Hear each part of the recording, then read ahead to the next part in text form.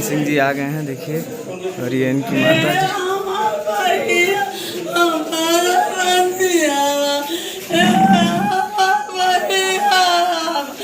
ये तो हम लोग सपने में भी नहीं सोचे थे, क्योंकि वो जितनी वो अंदर से मजबूत थी, जितनी बोल्ड थी, इतना हंसी मजाक करना, खुश रहना, मस्त भाव में रहना, वो लड़की मतलब ये कदम मतलब अभी भी हम लोगों को मतलब कल्पना भी नहीं कर सकते हैं कि मतलब वो लड़की इस टाइप का कदम उठा सकती है। देखिए तो पवन सिंह के फैंस के तरफ से जिस चीज़ का मांग था वो अभी अभी पूरा होते हुए नजर आ रहा है। पवन सिंह अभी अभी आकांक्षा दुबे के घर पहुंच चुके हैं, जो कि आपने अभी आगे का वीडियो क्लिप में देखा है दोस्तों।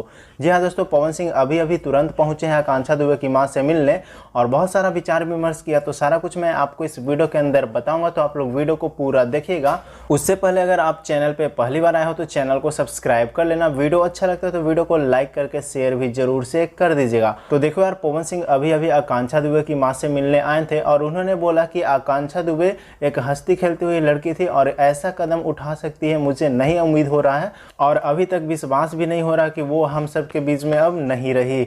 और इस प्रकार से कहते हुए पवन सिंह बहुत ज़्यादा भावुक हो जाते हैं। यहाँ पे आप वीडियो क्लिप में देख सकते हो।